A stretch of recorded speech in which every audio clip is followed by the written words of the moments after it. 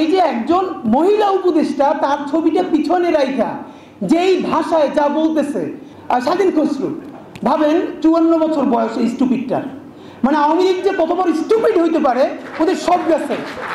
মানে ওরা এই দুনিয়ার সমস্ত নারী অধিকারের তো টেন্ডার নিয়ে আসছে, নারী অধিকার নিয়ে কথা বলবে।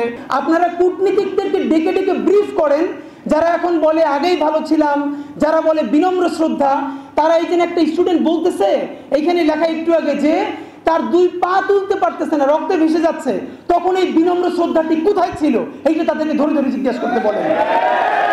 এবং আওয়ামী লীগগুলো ততক্ষণ ভালো যতক্ষণ পর্যন্ত সুবিধাজনক অবস্থানে থাকে। প্রমাণ এটা বলে শেষ করি, এই যে দেখেন আমি অবাক হই, মানে আওয়ামী লীগ তো এতদিন একটা ভাব নিছে কি গিলে করা পাঞ্জাবি পরবে, একটা পাশে চটি ব্যাগ থাকবে, সিথি করে চুল আঁচড়াবে, হ্যাঁ, এরপরে একটু একটু রবীন্দ্রনাথ করবে, শান্তিনিকেতনী ভাষায় বলবে, অশুদ্ধ অশ্লীল একদমই বলা যাবে না। এই করে করে করে করে আসাদুজ্জামান নূর শুধু গণহত্যাই করবে না, তার গাড়ি বহরে যারা হামলা করছে তাদেরকে গুম করছে, খুন করছে।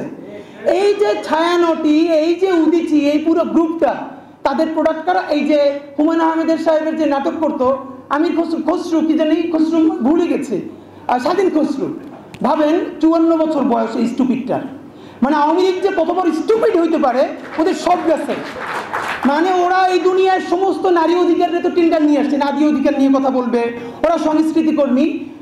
এই যে একজন মহিলা উপদেষ্টা তার ছবিটা পিছনে রাইখা যেই ভাষায় যা বলতেছে, এইটা তো ছাত্রী বললেও হয় না, এটা দুনিয়া কোথাও নাই, এটা কোনো ক্লাসই নাই। মূলত আওয়ামী লীগ এই ক্লাসেই বিলং করে।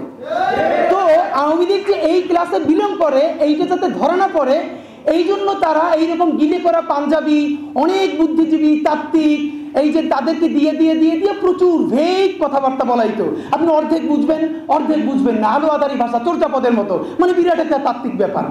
এই বলে বলে তারা বাঙালি জাতীয়তাবাদের নামে বাংলাদেশকে টুঙ্গিপাড়ার কলোনি বানাইছিল। আমাদেরকে এখন যেটা করতে হবে, সেই কলকাতা এবং টুঙ্গিপাড়ার কলোনিয়ালিজম ভেঙে ঢাকার বাংলাদেশ গড়ে তুলতে হবে। আর বাংলা মানে আর এখন আর কলকাতা না, বাংলা মানেই বাংলাদেশ। এই স্বাধীন পরিচয়ের জন্য আমাদের দীর্ঘ প্রস্তুতি নিতে হবে, মনস্তাত্ত্বিক লড়াই, সাংস্কৃতিক লড়াইয়ের জন্য। আমি আশা করছি যে আপনারা সবাই যে যার পরিসরে, জুলাই শুধু বাঁচিয়ে রাখলে হবে না, জুলাইকে মাথা উঁচু করে বাঁচিয়ে রাখতে হবে, তাহলেই বাংলাদেশের স্বাধীনতা সার্বভৌমত্ব বাঁচবে, বাংলাদেশ বাঁচবে। এত ভালোবাসে, দুনিয়ায় কোনো খোঁজ নাই খবর নাই, আমাদের কথা জাতিরই শুনতে বলে। ঠিকই আজকে দেখি যে শাহেদ আলম একটা ভিডিও বানিয়েছে, যেই উগ্রপন্থী কারা যারা পিনাকি এবং হাদির কথা শুনতে বলে, মানে আপনার কানেকশনটা বুঝতে পারতেছেন। এই যে ন্যারেটিভ বিল্ডিং এর জায়গাটা, তো যখনই বলছে যে মানে ভাই আমি ব্যক্তিগতভাবে খুবই যে আমার কে কতটুকু ভালোবাসে এটার তো স্টেজ আছে। আমার মার চেয়ে আমার শাশুড়ি আমার বেশি যত্ন করলে আমি সন্দেহের চোখে দেখি, আমার বোনের চেয়ে আমার খালাতো বোন যদি বেশি যত্ন করে এটা আমি সন্দেহের চোখে দেখি, এটা আমি ভালো চোখে দেখি না। তো হিসাব হলো সোজা। তো আপনি আমার এত ভালোবাসেন যারা দুনিয়ায় দেখি না, আমাদের ইদানিং যাদের সাথে দেখা সাক্ষাৎ হয় সবাই বলি কি, বলে ভাই খুব দোয়া করি। আমি বলি ভাই দোয়া করার অনেক লোক আল্লাহ চাইলে আছে, ওটা এমনি করবেন, আমাদের পয়সা লাগবে, পয়সা দেন। বলে ভাই খুব ভালোবাসেন বলে আপনি ভালোবাসলে আমার কি। আমি আমাদের ছোট ভাইয়ের ফান করে বলি যে শোনো, এই যে এত ভাইয়েরা কমেন্ট করে আপনারা অনেক ভালোবাসে, এইগুলো ছেলেরা বললে তো ভালো লাগে না, কোনো একটা মেয়ে বললেও ভিন্ন কথা। তো কথা খুবই রাফ। ব্যাপার হলো আপনি আমাদের ভালোবাসলে প্রথমত দোয়া করবেন আমাদের জন্য, দ্বিতীয়ত হলো আমরা যে বৃহত্তর লড়াই করতেছি এইটা চালাইতে পয়সাপাতি দরকার। স্বচ্ছতার সাথে আপনি সেই কাজটা কীভাবে আগায় সেইটা করবেন, এর বাইরে আর কোনো কথা নাই।